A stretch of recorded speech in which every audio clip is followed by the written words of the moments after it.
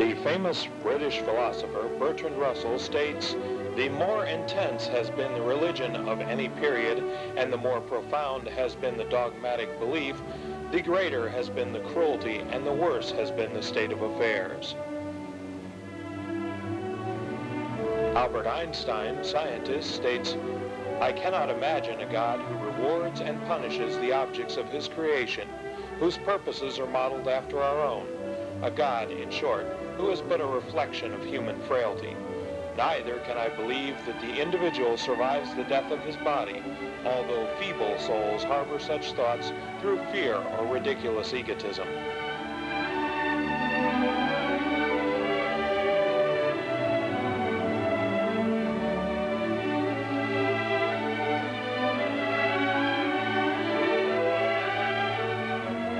Hello, and welcome to the second season of Atheists of Florida Forum. And we're very pleased today to have three guests with us. Starting to my right, I have a good friend and colleague, Dr. Mano from Florida Atlantic University previously. And also we are once again blessed with the grace and presence of Brent Yaciw, who has been infuriating many people with his very prolific letter writing campaign. And now he has been named Humanist of the Year for Florida. Welcome again, Brent, and I understand you are now a professor or instructor of English at FSU. No, I'm a Ph.D. student. Ph.D. student at FSU and also Vice President of Suncoast Humanists? President. President of Suncoast Humanists. I stand to sit corrected. And once again, I'm very pleased to have my friend Christos Tzanetakos, who is President of Atheists of Florida, with us. In the preamble to the United Nations Declaration of Human Rights, it states that we humans are given conscience and reason. And the topic of our show today is indeed to delve a little bit into what this word conscience means. Religious fundamentalists and even not so fundamentalist religious people have often claimed that it is necessary to cultivate conscience in order to ensure that persons have a moral character. One of the presuppositions in their claim is that we have this oracle from God, known as the conscience, which helps us discern right from wrong. Indeed, none other than the Holy Roman Catholic Church has made the contention that an individual's conscience can indeed even supersede and take precedence over church teaching. Quite a concession. Now, in keeping with this topic, I would like to consider several possible ways we can construe the term conscience and then open it up for discussion. Is conscience, for instance, merely the sympathy we feel for the suffering and the pain or the joy of a fellow human? Is conscience this anger or shame directed at self, sometimes called guilt? Is conscience the pride we take in doing the right thing or being good? Is it a sense of priggishness or honor or glory? Yet again, could conscience be a warm fuzzy feeling we receive or feel about ourselves when we feel we've done good? Or is conscience perhaps nothing more than the indoctrination of a mother, of a father, of a nurse or a nanny? Is conscience nothing more, in other words, than the conditioning and the instillment of certain preconceptions that we were given as children? And perhaps we could broach this topic most constructively by asking my friend Mano as to what has conscience traditionally been understood as meaning in philosophy and religion and most recently in secular humanism. Well, I think the first thing we want to do is to make a distinction between the experience of conscience. Perhaps some people might want to say it's a voice talking to them. It is the moral deliberation that they have introspectively in their mind, etc. That's one sort of question. And the second sort of question would be, what sort of weight do we give to this moral deliberation? If you want to say that this is the final arbiter of moral deliberation and such that the consequence of this deliberation is the right act or the wrong act, and that it is God that informs us, that's another kind of sets of questions. So we want to keep two separate things. Your list runs through a back and forth, so to speak. Conscience is often being called a magistrate. It's called, an arbiter, a judge, etc. Now, for the Christian or for the religious person, conscience is fundamentally, in some sense, God's word, and it's God that decides whether something is right or wrong. And so conscience, to deliberate, is to, in a sense, pass judgment, but it's a judgment that comes from outside rather than from within the individual. Now, on that notion, if we could delve into this a little bit further, I think, despite your very good clarification, is it not fair to say that at least for most religious people there is a presupposition in favor of the notion that conscience is somehow an infallible moral guide? That's right. And what we as atheists find most problematic about that is that people can sincerely have substantive conscientious differences. Oh, again, to go back to my distinction, it is one thing to quibble or to question whether we have this experience of conscience. Mm-hmm. And that's one set of questions that can be asked. The second is to interpret this experience and to say, is it a final arbiter? Is it just a guide that we use to help us in our moral deliberations? That might be something that a non-religious person would be more comfortable with. Is it just a heuristic device that we've been taught as a way of helping us think? These are different options, and it's the conflation of the two that I'm trying to prevent. The interpretation of what conscience is what's basically the question you're asking. And it's true that for a religious person in general, conscience is somehow final, and somehow it is guaranteed by a supreme being. Both these tenets need not follow. Conscience may turn out to be something that is zetetic, always on its way. Mm-hmm. It doesn't end up at a final resolution, and it may not be guaranteed. There is perhaps no guarantee that your deliberations may help you arrive at something that is true forever. I'd like to argue to start with that I don't think we are given automatically either a conscience or reason. I think both of them are trained responses to different situations. I don't think that human beings grow up automatically with reason, and I think this is easily demonstrated at the lack of people's ability to do it within our society. Of course, one could also argue that if reason is natural in society, then the indoctrination that many people receive into a religion negates that, so that even if it is something that's inherent in people, it can be negated. And I would say the same thing about conscience, that I don't think that you are born with a conscience. I think that you are given a conscience depending upon the training that you receive. And the interesting thing about the idea of being given a conscience is that, ironically, most people who are religious would argue, or they would have to argue, against the idea that conscience is something that we are automatically given, because that would negate their arguments that say people need to go to church, they need to have religious training. I mean, if you're given a conscience, and if your conscience is the final arbiter of what is right and wrong, and you're born with that, then what do you need a church for? Well, I think often the argument is made is that this conscience is latent or dormant, and the religious education vis-a-vis Plato helps to elicit or make us discover this conscience. But in this case, I think on the principle of parsimony, the atheist could easily say, well, it doesn't make more sense. Is it not scientifically more expeditious to say that there is no innate conscience? It is rather completely due to experience and conditioning and whatnot that this entity comes to be developed. I would have to respond to that by asking, why is it that people with identical religious training, supposedly if they're born with a conscience that is identical, turn out extremely different? I mean, but then you'd have to argue that conscience is a property.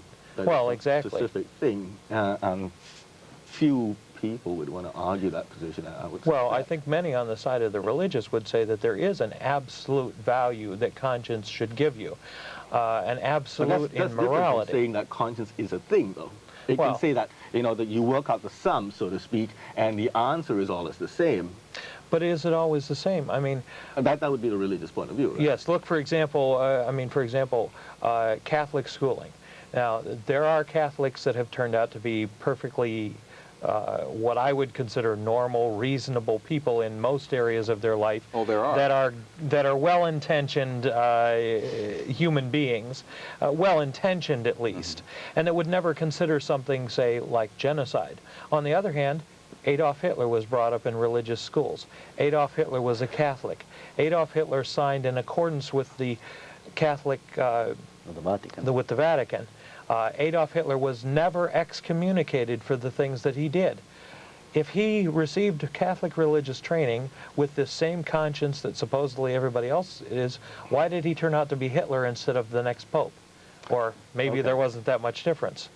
Your point is well taken. To a large extent, your criticism amounts to the fact that conscience is subjective. It differs from person to person, and nothing grounds it.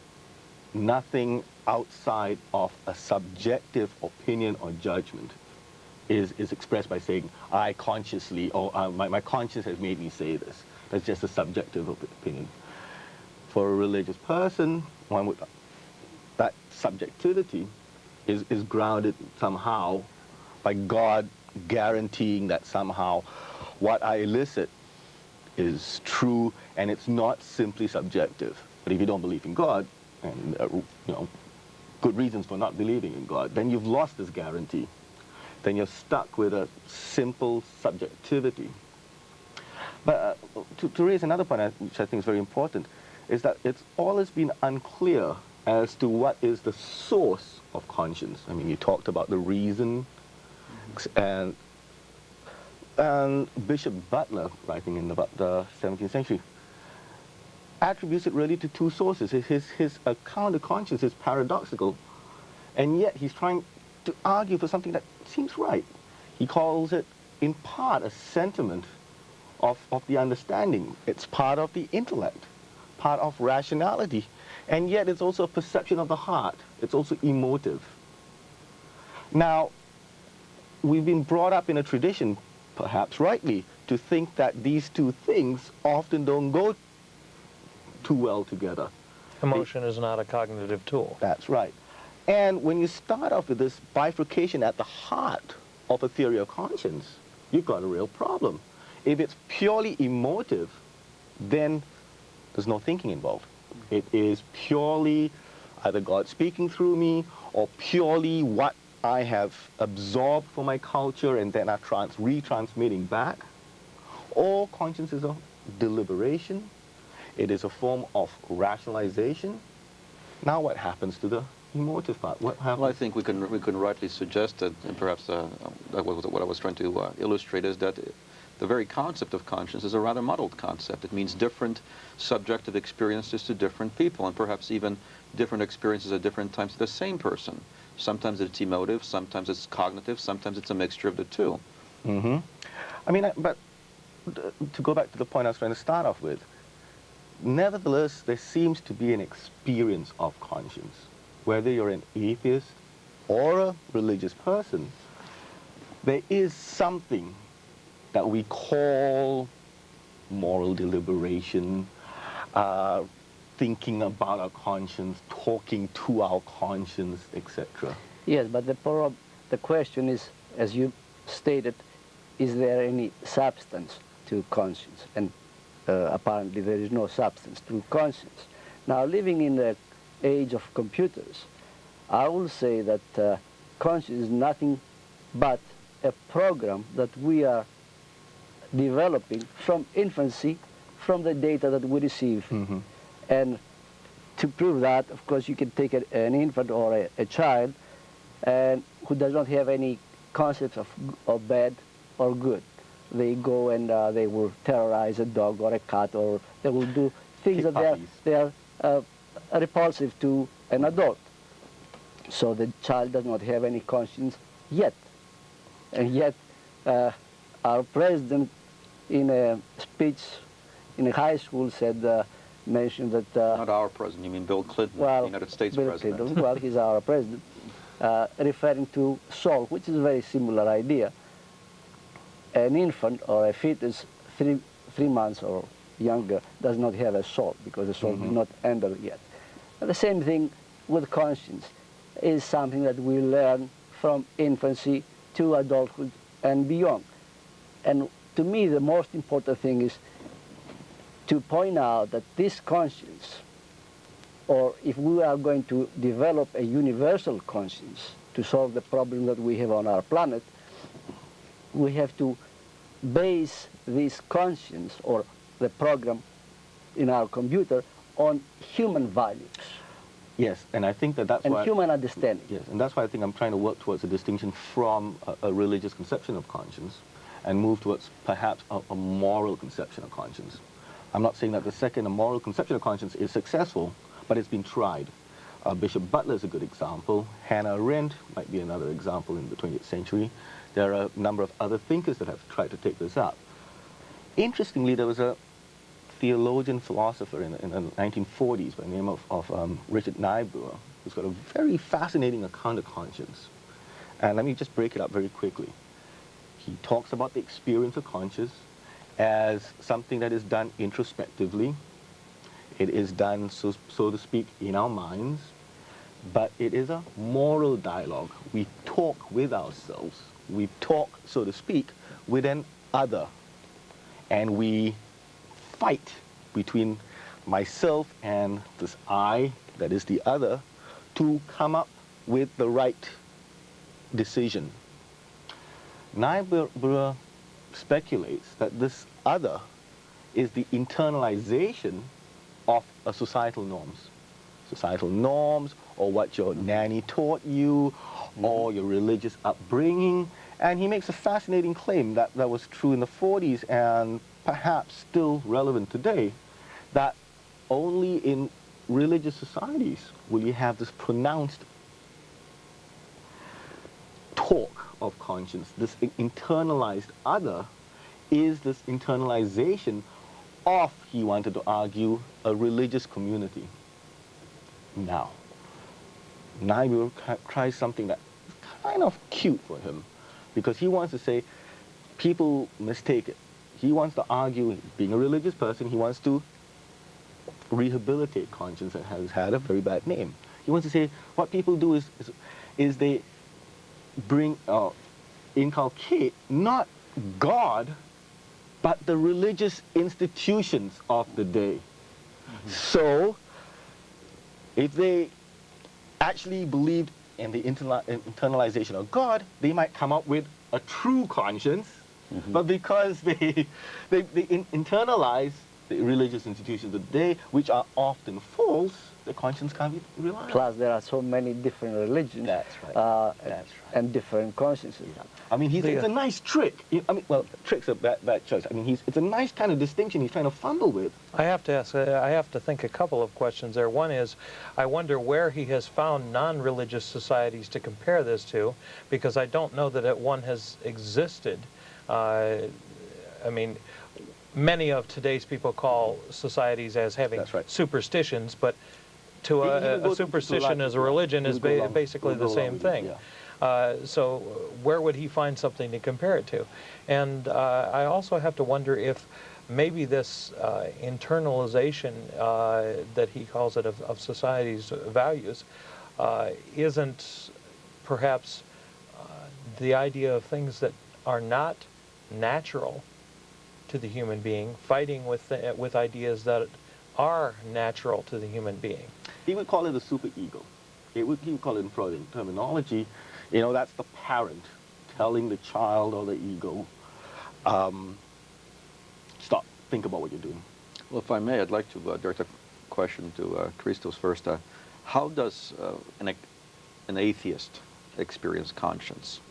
Now, clearly, I think atheists are conscientious in most cases, and they experience moral deliberation, but they're not going to attribute these moral deliberations or the conclusions to a God. So when you as an atheist are consulting yourself, as Mano says introspectively, what ought I to do?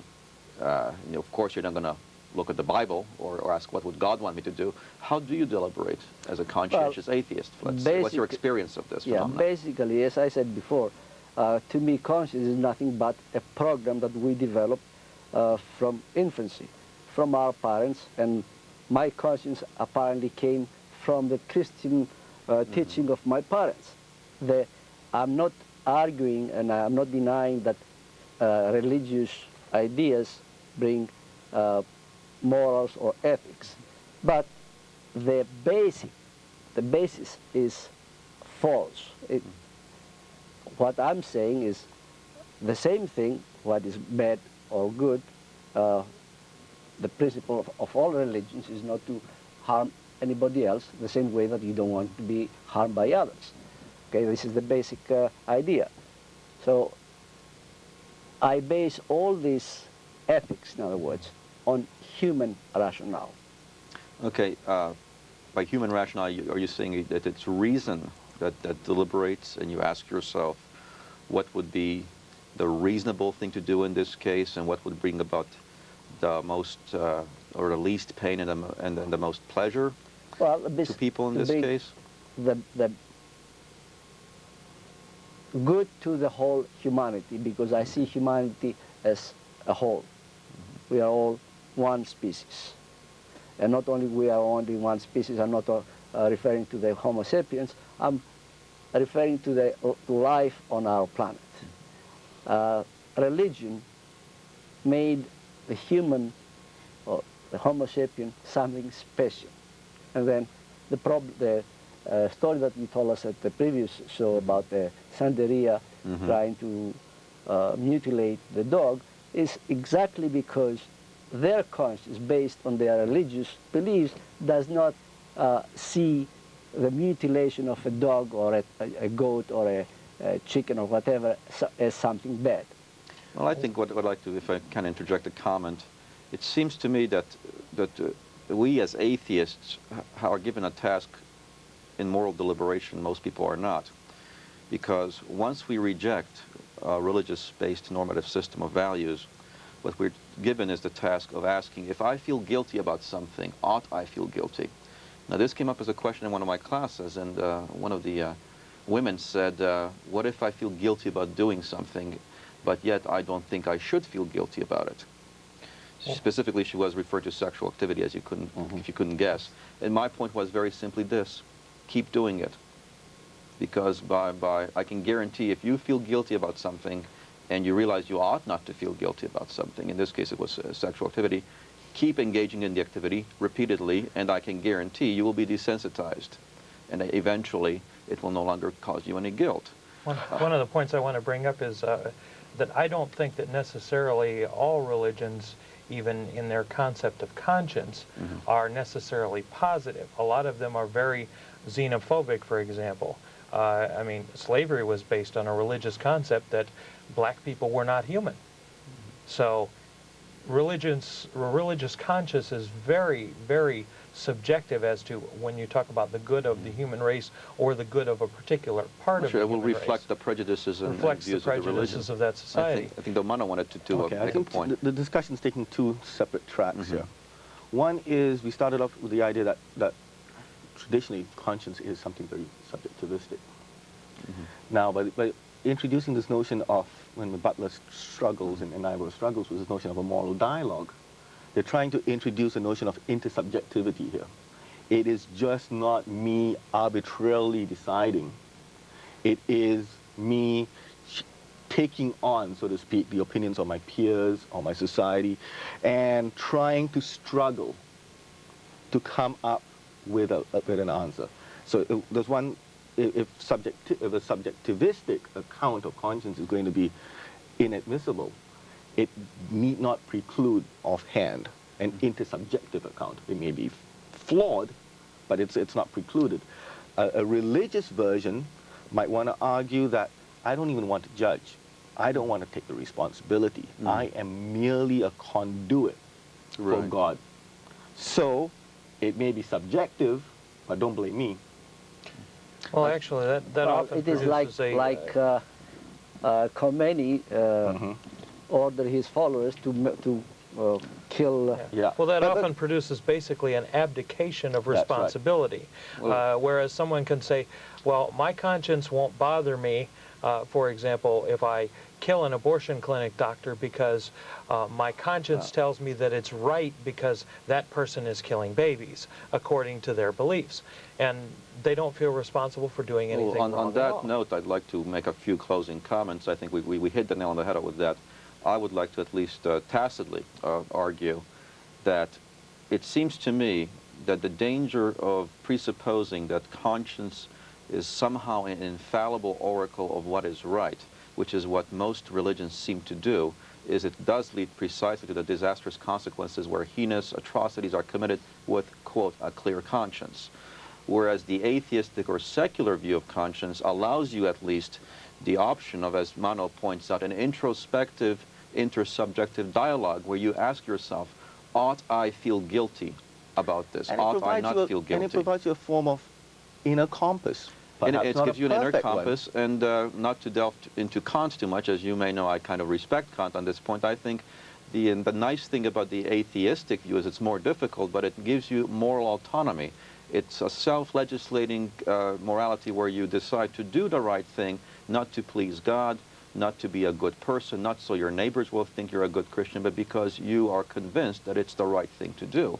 And this requires deliberation on the part of the person. One of the basic problems with basing your morality on religion, and especially if you train a kid, for example, believe in God and God will show you the way and read this, it's just like when he outgrows the Easter Bunny or Santa Claus. When he outgrows God, which hopefully some of them do, then they're left with nothing. Whereas if his conscience, if his morality is based on something that's reasonable and rational, you can't outgrow that. And one must inculcate that and develop it. As Aristotle would say, one must make the virtues a habit.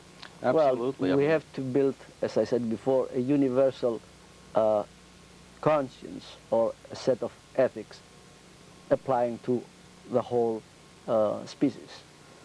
Well, once again, on that note, I'm Dr. Albert E. Lyngzeidelson, and thank you all for this most stimulating discussion.